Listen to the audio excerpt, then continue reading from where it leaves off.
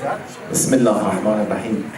Before, inshallah, we continue the topic and the course that we have, as you heard, tomorrow actually is the commemoration of demolishing Jannatul Baqi. When you look at the history of Baqi and the graveyard of Baqi, you see that it's, beside the spiritual aspects, one of the most important historical places that we had, that the history goes back to before Islam even. And at the time of Rasulullah, how many thousands and thousands of his companions, his family, the companions' family, were actually buried in Jannatul Baqi, a historical place, even if you look from that perspective, that reminds us about the history of Islam, the importance of this place, how much we have to respect it, right? Imagine if your father, your mother, your relatives are buried somewhere, how much you respect that place. When you see that around this time, 300 something years, that these Wahhabis came, their first agenda, when you look truly, unbiasedly, is to destroy anything that reminds you about true Islam. Anything reminds you about true Islam. They want to get rid of that. They want their own version of Islam. And I'm saying it very out loud and publicly, because we can debate. They want their own version of Islam, not the true Islam. And that's very clear. Not only that, Jannatul Baqi, you go to Mecca, they destroyed the house of Rasulullah, they destroyed the places belonging to Rasulullah. One of the Christian, engineers who was working there was like, how is it possible? I heard this is the house of the Prophet. I heard just the historical places you had. Who kept these things? Go to Rome, Italy, you see how much. Go to Jerusalem, you see what they do. Who keep these things as very important holy places? You guys destroying it. Even non-Muslims are realizing their agenda is get rid of everything that reminds people about the true Islam, so we can introduce the real Islam, the actual version that they have it from Islam. And that happens before them as well, because we have at the time, but after the demise of Rasulullah Muhammad sallallahu alaihi wasallam, 400 something years, they said it is forbidden to write Qala Rasulullah sallallahu alaihi wasallam. Mana' tadwin hadith. He just passed away, the Prophet of Islam. It is forbidden to say Qala Rasulullah, to write down Qala Rasulullah. Yes. Mana' tadwin that. Why? Because if we can do that, people will start forgetting about the true Islam, what Rasulullah said, then we can bring our own version. But if still the words of Rasulullah are there, and people remember that, and we want to say, no, this is not what Rasulullah says, we're not going to accept it. They started way, way before. They're actually following their ancestors, what they're doing, right? So, but it is important for us, specifically Baqi, because of our four Imams, Imam Ma'soom, infallible Imams, Imam Baqir, Imam Salih, Imam Hassan, and Imam Zain al-Abidin, alayhi salatu wassalam. The closest family of Rasulullah. You destroy the shrine of these people, the tomb of these people. Why? What was wrong with that? Because Wahhabism is a political movement. We all know about it. It's the history. Whoever wants to know, go read history. We're not just claiming it's in the Wikipedia. Go open it, it'll tell you. It's a movement. It's a political movement. What is it threatening you with that you destroy that? What does threaten your political perspective that you destroy it? Right? So that's what should be the question. But our job definitely is to remind and remember this cruel act that they just destroyed, this shrine of our Imams, the respect of Baqi. The respect of whole Baqi is this for Imam over there. You destroy it.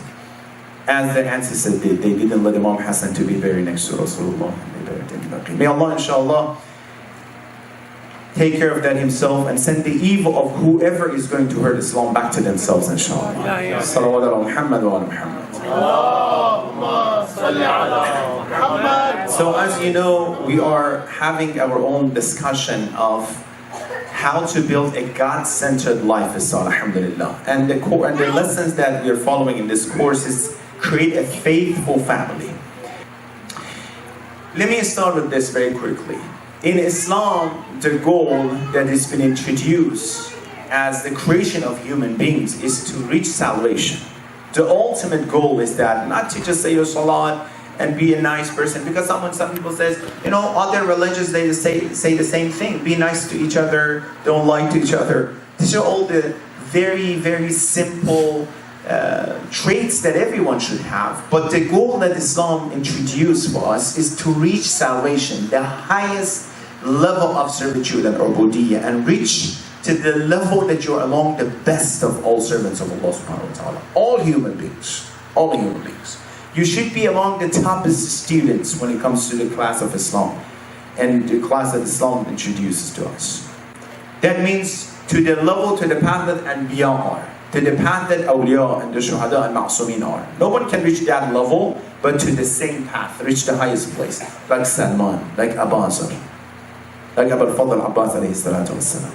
These people, the richest, although they're not Ma'sum, they're not infallible, apparently, as Imam Sajjad Imam Abu al-Fadl Abbas alayhi salatu wassalam. But when we say that you should reach that level. However, someone cannot say, I just want individually myself to sit down in my house, pray and fast and do dua and supplication. I don't care about my family, I don't care about my society, I don't care about people that I'm interacting with. It doesn't work that way.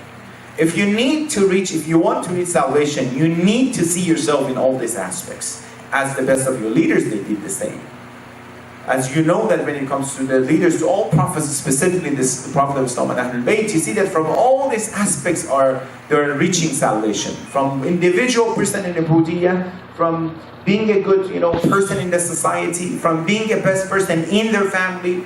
Hadith Rasulullah said himself, خَيْرُكُمْ خَيْرُكُمْ لَأَهْلِهِ وَأَنَا خَيْرُكُمْ لَأَهْلِي. The best of all you guys, when Rasulullah says the best of you guys, the best of all you guys are the best with their families. And the best of all you guys, I am with my family. That means I'm the role model. Imam Ali salatu wasalam says, Wallahi, I do not order you to anything to do unless I already did that myself. I do not forbid you from doing anything unless I already abandoned myself from doing that. They're doing this, they're saying this. When we recite these ahadith, the ayat of Quran, that means these are not just recommendations to put there something. No. If we want to walk towards salvation, inshallah the community, our ICC community, and of course the whole Bay Area, the goal is to walk towards that level, salvation. I don't think, let me know if you want to do it this way. Another 10 years, just come here and say salat and go home, and the fasting in Ramadan and go home. You want that? And the level stay the same? Like that guy in the second grade and says, I'm still in the second grade, so I am perfect in second grade. No, actually you have an issue, you couldn't go to the third grade. I think our goal as a community as well, in local communities, to help each other to reach that salvation, to move forward, to see we're getting better and better and better. One of the most aspects that help us is what? The family aspect. You cannot imagine, every time we're talking about this, I'm talking about this, someone is calling me, someone is talking to me, Seyed, we have this issue. Seyed, now that you're talking, we realize we have more issue about this, and how can we solve it? Seyed, sometimes we don't realize it, sometimes it's important to pay attention. But look at the ayah of Quran, what it's saying about a faithful and successful family. وَمِنْ آيَاتِهِ أَنْ خَلَقَ لَكُم مِنْ أَنفُسِكُمْ أَزْوَاجًا لِتَسْكُنُوا إِلَيْهَا. I'm skipping through this slide that we reviewed before, we talked about before, going faster to inshallah cover the whole topic we already covered. So inshallah for our next session we'll go forward.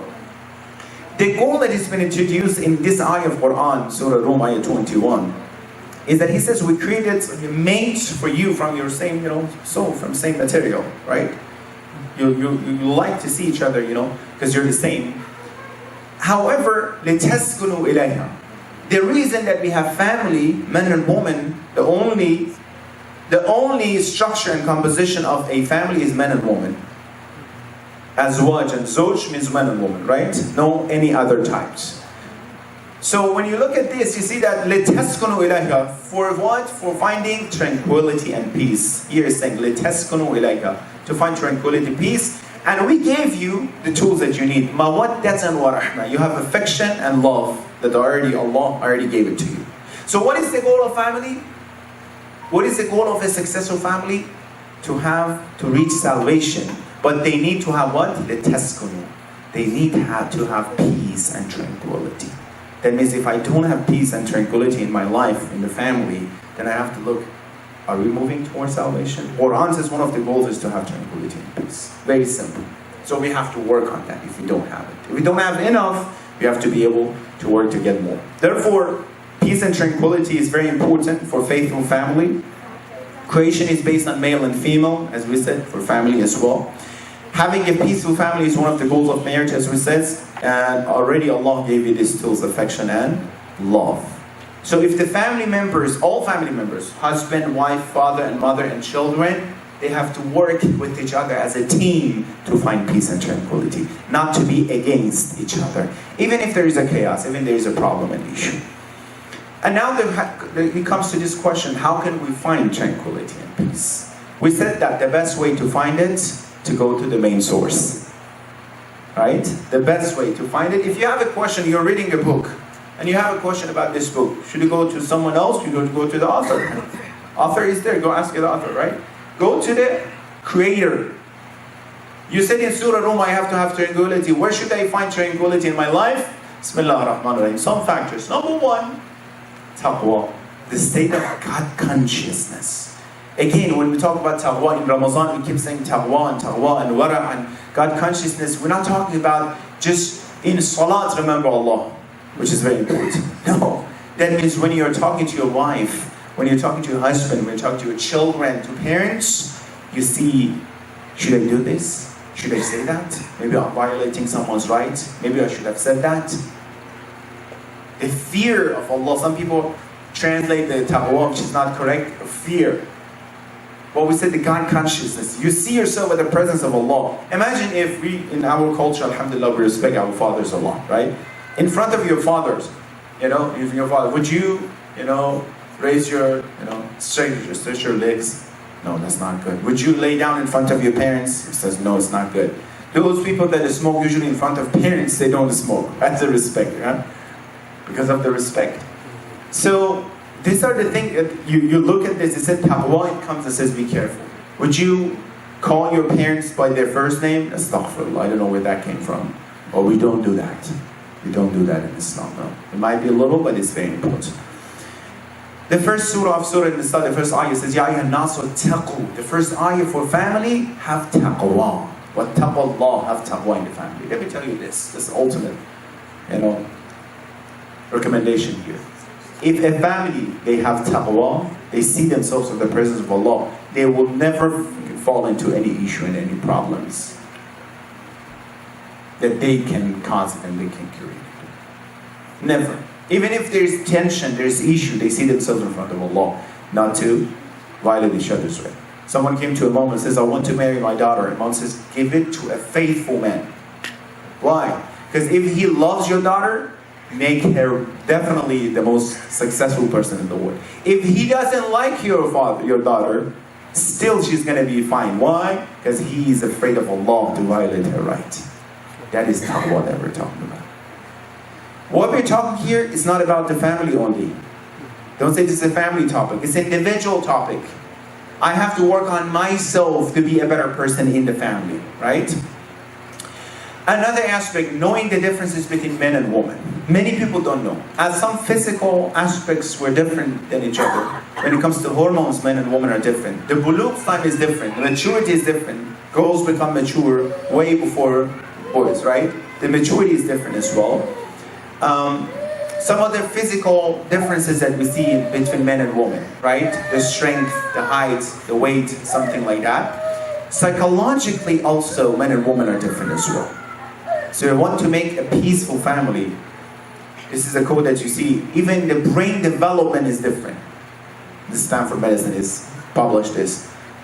The way that it's been wired is a little bit different between men and women. The way that it works is different between men and women as well.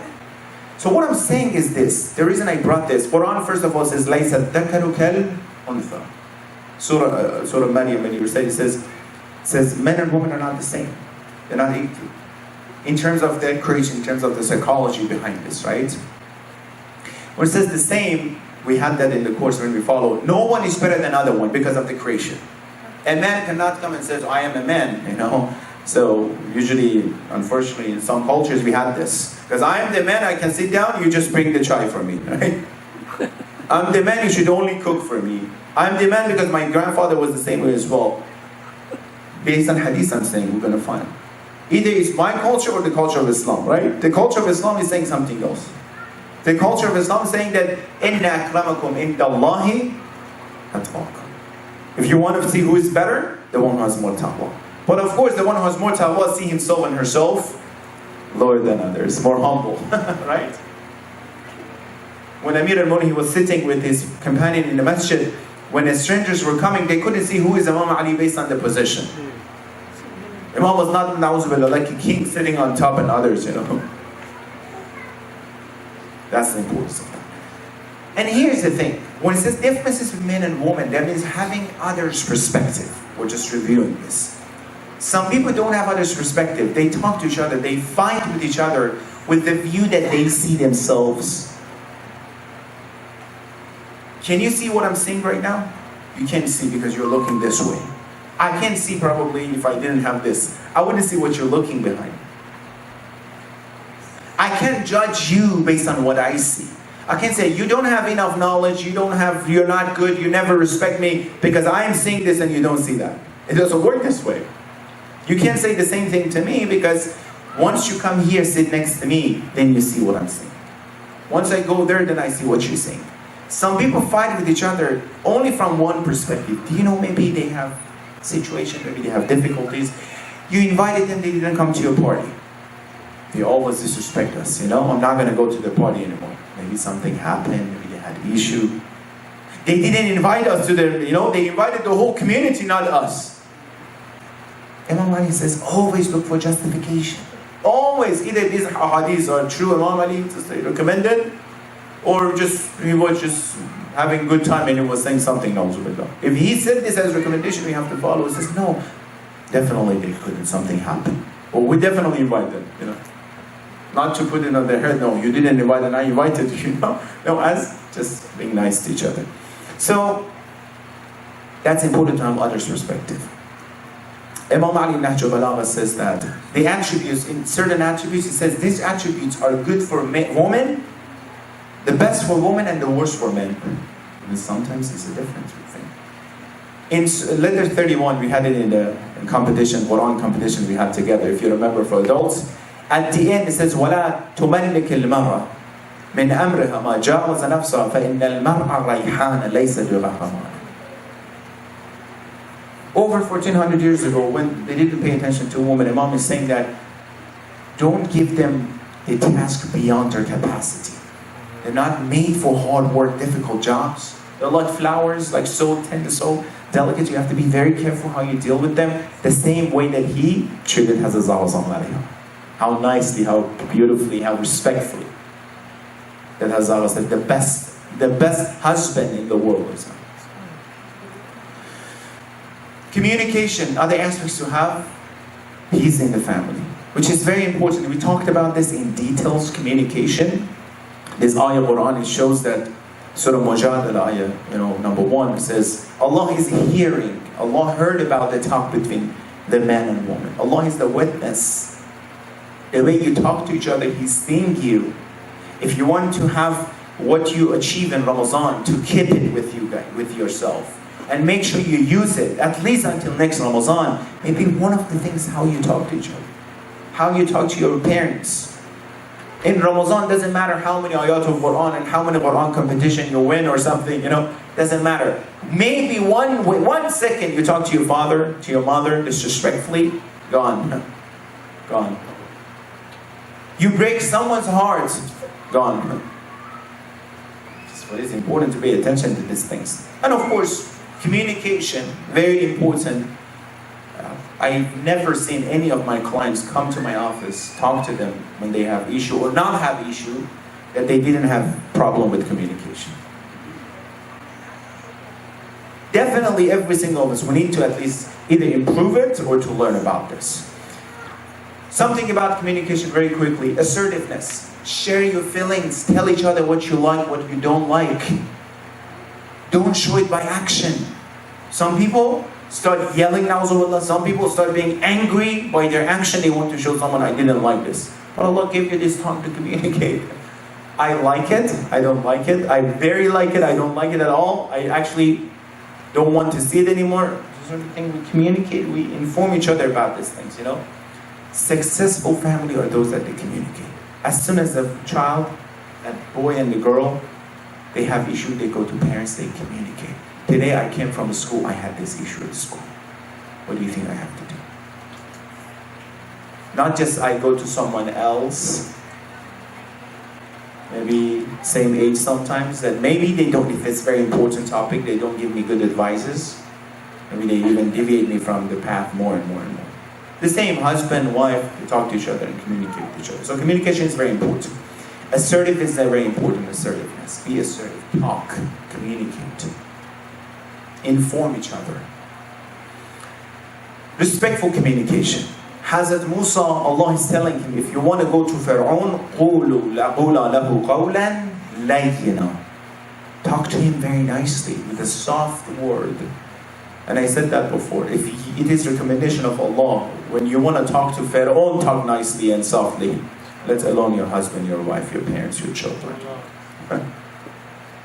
But Allah, I was very angry at her. Do you find anywhere here it says unless they are angry or you're angry, so don't talk nicely? No. It's always talk nicely. Because even if they are angry, you talk nicely, they feel bad to yell at you. They should calm down. Imam Ali says,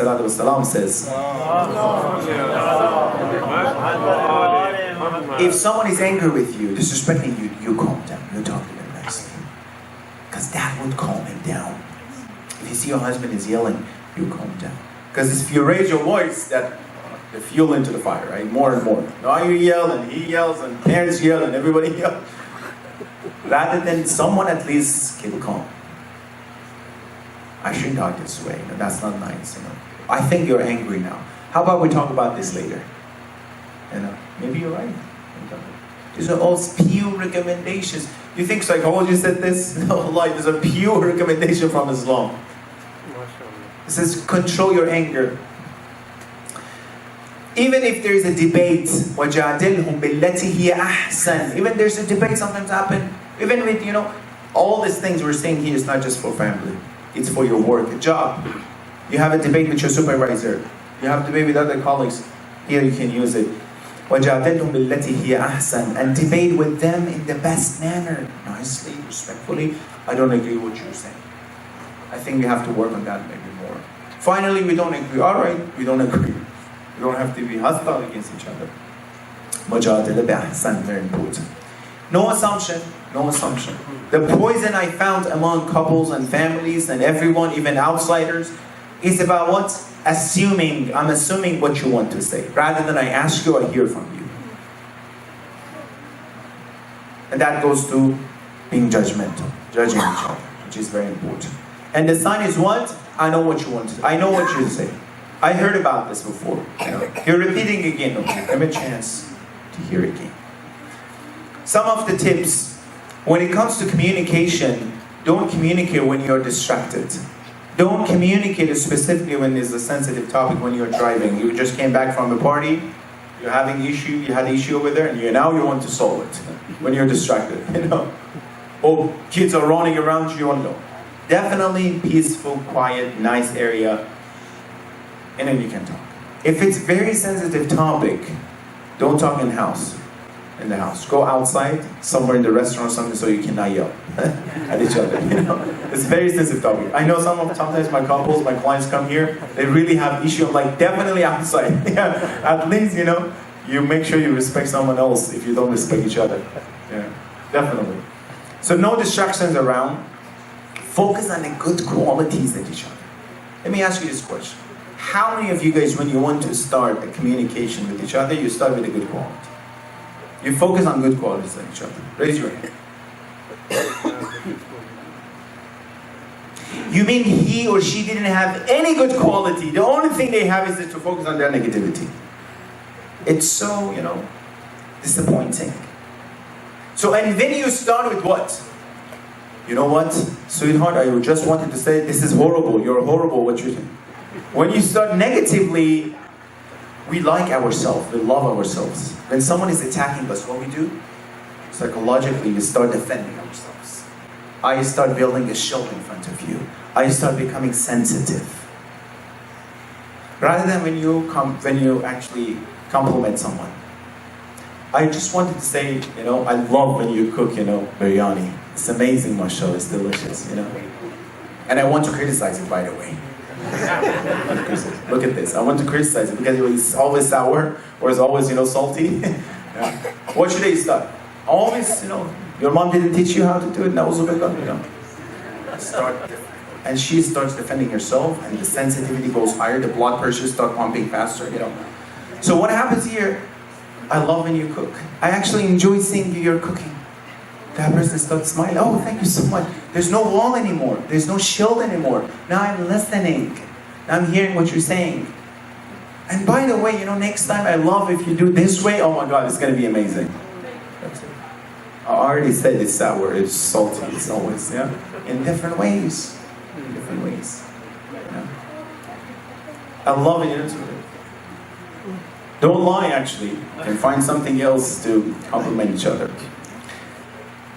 Be assertive, as I said, avoid criticism. Do not criticize each other. It's not going to help. Allah is not going to help. Criticizing. You can share your concerns, but don't criticize each other. Focus on agreement. Finally, don't go to who we should blame. It's your fault or my fault. It's the problem's fault. I was tell my client, it's the problem's fault. It's not your fault. Now find the issue and find the solution for the issue. That's it. Easy. Rather than half an hour, 1 hour, 2 hours or more focusing on whose fault was that. And different things, avoid blaming. Sometimes it doesn't work. You need professional help. Don't push it. You see, it doesn't work. If your problem after 2 weeks is not solved, you need professional help. If it's sensitive 1 week, maybe we need help immediately. All right.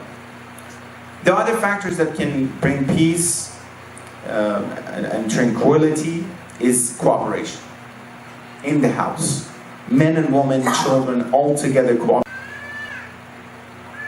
In a team, they all work together. The team that the players are not cooperating with each other, something goes wrong with that team. Definitely. Family is a team. We have to work together. Quran says, وَتَعَاوَنُوا عَلَى الْبِرِّ وَالتَّقْوَى وَلَا تَعَاوَنُوا عَلَى الْإِثْمِ وَالْعُدْوَانِ. Help each other when it comes to what? To piety, when it comes to, righteousness. This is righteousness. We're creating a family, an environment in the house that is what? An environment in the house that everyone can worship Allah better, that everyone can become a better person. Remember, it says individually, if I want to be a better person, I have to do what?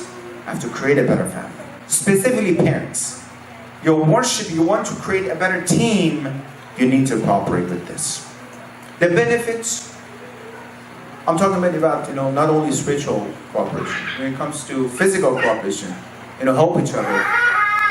Bond and support when family members are helping each other. Teamwork, openness, it brings trust to the family, and many other things, it adds to the well-being of the family, balance and everything else.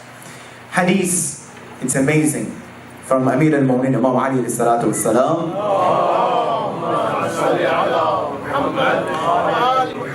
Amazing. Ya Ali, khidmatul ayal kafaratun lil kabair. Serving and helping the family. Ayal literally means your wife and family. It will help you to remove your major sins, major sins, and takes away the wrath of Allah. It's a dowry of the angels and hurs, and it adds into your good deeds and enhance your love. This is from our recommendations. Hadith. لا يخدم العيال إلا صديق أو شهيد أو رجل يزيد الله به خير الدنيا والآخرة. Read this translation. A man doesn't help and serve his family unless he is a righteous man or shaheed, or a man who Allah wants the goodness in the world and in akhirah. And he did it himself. He did it himself. I said that Rasulullah entered the house and he saw that Amir al-Mu'mineen and Hazzalah are working together. They were making flour for, baking bread and everything. So Rasulullah, Amir al-Mu'mineen is sitting on the ground. The most important person in the world of Rasulullah is helping us. Rasulullah came and says, who is tired? Who is more tired? Amir al-Mu'mineen says, not that, no, I'm more tired, you come take mine. And Rasulullah says, you stand up. He took her place. The most important person in the whole world, in the whole universe. Rasulullah is sitting down and helping him down in the family, in the house. But my grandfather, if he hear what I did. Some people, this is their honor that they don't work in the house. I know that they talk to each other. Was? Never at all. They never touch dishes in the house. As they are very proud of themselves, you know. Because we have the dishwasher, you know, she just have to, you know, push the button. It's about doing it. It's about helping. It's about working. It's about cooperation. It's about when my daughter see a man, a Muslim man, a Shia man is like this. She wants to get married with someone that always go to the masjid and always learn these things from masajid and learn this thing. I want a man like this. Not a man, they come to me, oh, sometimes I say, why? And they say, no, I don't want to get married. Why? Because of the role model that I signed the house. Right? If you want the same, you have to show the same thing. So very quickly, the other one is forgiveness. خُذَ الْعَفْوَ وَأْمُرْ بِالْعُرْفِ وَأَعْرِضْ عَنِ الْجَاهِلِينَ. Surah Quran. Sometimes something happened in the past. Sometimes some issue happens. Forgiveness. Forgive each other. Ayah Quran again, وَالْقَادِمِينَ الْغَيْزَ وَالْعَافِينَ النَّاسِ. To forgive each other sometimes, not just to retaliate. No, she said that, he said that, I have to do this. Benefit of forgiveness. Spiritual improvement. Ayah of Quran, you act upon Ayah of Quran, will add into your iman, right? Improving your taqwa. وَأَن تَعْفُوا Ayah of Quran, وَأَن تَعْفُوا أَقْرَبُ لِلتَّقْوَى. Let me ask this question. What was the last time you forgave someone? From now. What was the last time you forgave someone? You remember? You remember? Anyone remember the last sunnah? When was that? Yesterday? Ahsan. Masha. Laylatul Qadr. Ahsan. Laylatul Qadr. Beautiful. Right? That should happen all the time. You know, anyone, anything. Ya Allah, I forgive whoever, you know, oppressed me. You forgive me as well. I don't want my heart to be, you know, have different layers of I'm having issue with this one and that one and that one. He did this and she did this. Ya Allah, I forgive them. You know, you forgive me as well. Managing the situation when you forgive, the issue doesn't get deeper and deeper and more problematic, right? And Allah, forgiveness, ayah of Quran. You see, these are all ayat of Quran or hadith. You said, فَمَنْ تَصَدَّقَ بِهِ فَهُوَ كَفَارٌ. The one who forgives and not wants retaliation would be the kafara for the zunub, the kafara for their sins. Disadvantage of that, regret. I wish I could forgive him. You know, I wish I could. I would still have that friend if I forgive him. Imam Ali says the worst deficiency is what? The ugliest flaws in the worst deficiency is someone doesn't forgive and wants retaliation. So the ugliest, you know, deficiency that you can find. If you practice it, once you forgive, you can let it go as well. Once you practice more and more, you don't even hold into these things, you let it go. Specifically, this little issue that happens. And here the definition, you know, forgiveness is a right that you give up. It's very important. Don't say it, but they did this. I know they did something, that's why you're forgiving. If they didn't do anything, so what are you forgiving? If it was your fault, you should go ask for forgiveness. That means someone did something wrong, someone did something horrible, and now you have to forgive. That's forgiveness. That's what the Quran is saying, right? And that is a right that you give up to be angry at someone for the sake of what? Look at this. For the sake of healing and restoration and to bring peace to your soul and to the relationship. Easily. You can stay angry with someone, say it, I'm angry at my in-laws, you know. 35 years ago in my wedding, my in-laws told me something I never forget. You never forget what you heard. What is it really? What is it? Look about it. Why you guys are laughing? Because it's so really like funny, right? 35. I know that was horrible. By the way, we're not underestimating it. I know that was humiliating you. I know that was very bad. We're not underestimating it. The more difficult, the more valuable, right? That's what his forgiveness comes. And the last one that we talked about, inshallah, another factor is appreciation. Appreciating each other. appreciating Allah subhanahu wa ta'ala, appreciating others, appreciating yourself. When it comes to Allah subhanahu wa ta'ala, ayat Quran, many of ayat of Quran you hear about this. وَكُنْ مِنَ الشَّاكِرِينَ. Be among those people who appreciate Allah subhanahu wa ta'ala, all the ni'amat. Another ayah of Quran, وَاشْكُرُ نِعْمَةَ اللَّهِ. Appreciating others, appreciating your spouse, right? Parents, teacher, siblings, friends, whoever help you. If you want to appreciate, you know how many people, I don't even list the whole group. Whoever is helping, let alone, you know, the closest one that we have. Here's the hadith. مَنْ لَمْ يَشْكُرِ الْمُنْعِمَ مِنَ الْمَخْلُوقِينَ لَمْ يَشْكُرِ اللَّهِ. The one who doesn't appreciate people who benefited him does not appreciate Allah subhanahu wa ta'ala. That's it. That means if you want to appreciate Allah, you have to appreciate your spouse. You have to appreciate your parents. You have to appreciate your children if they do something. Rasulullah, man la yashkuru nas, la yashkuru Allah. The one who doesn't appreciate people does not appreciate Allah. Because why? Because ultimately that favor comes from who? Allah subhanahu wa ta'ala. Once you appreciate that person, indeed you're appreciating Allah subhanahu wa ta'ala like that. You know? Of course we have verbal appreciation when it comes to Islam, alhamdulillah, alhamdulillah, rabbil alameen. Appreciating each other verbally. When you come home, it smells so good, I love it. I just wanted to thank you for, you know, taking time to cook for us all the time, to take care of the children. I want to appreciate you for working all day, you know, coming back home. There are many, many other recommendations that we have, as you see, you know. Appreciating by heart, that means you don't upset each other with action. You don't upset with each other at what? With the behavior that you have. When it comes to Allah subhanahu wa ta'ala, you don't use that favor, this hand, this eye, this ears that Allah gave to do something haram with it. Otherwise, if I say, thank you so much God that I can hear, but I listen something haram that He says, don't listen, that's not shukr. And appreciating yourself, we said that as well. Once you achieve something, in Ramadan, I don't know how many of you guys you bought something for yourself. Alhamdulillah, I could fast. I could worship, I could come to, you know, dua and say, buy something for yourself. You know. If you can complete a project, you finish a book, reading a book, gift yourself something. You get rid of a bad habit. Reinforce yourself by that as well. Qalilun min ibadi ash-shakur. I think this is the last one. How to show appreciation to Allah. Sincerity. Sincerely appreciate Allah subhanahu wa ta'ala, and that will increase your favor. When it comes to other, never generally appreciate each other. Yeah, thank you so much, you know, I just want to thank you. No, specifically bring a favor, bring a attribute from that person and a strength they have, appreciate them. I just wanted to appreciate you because you are a very nice kid.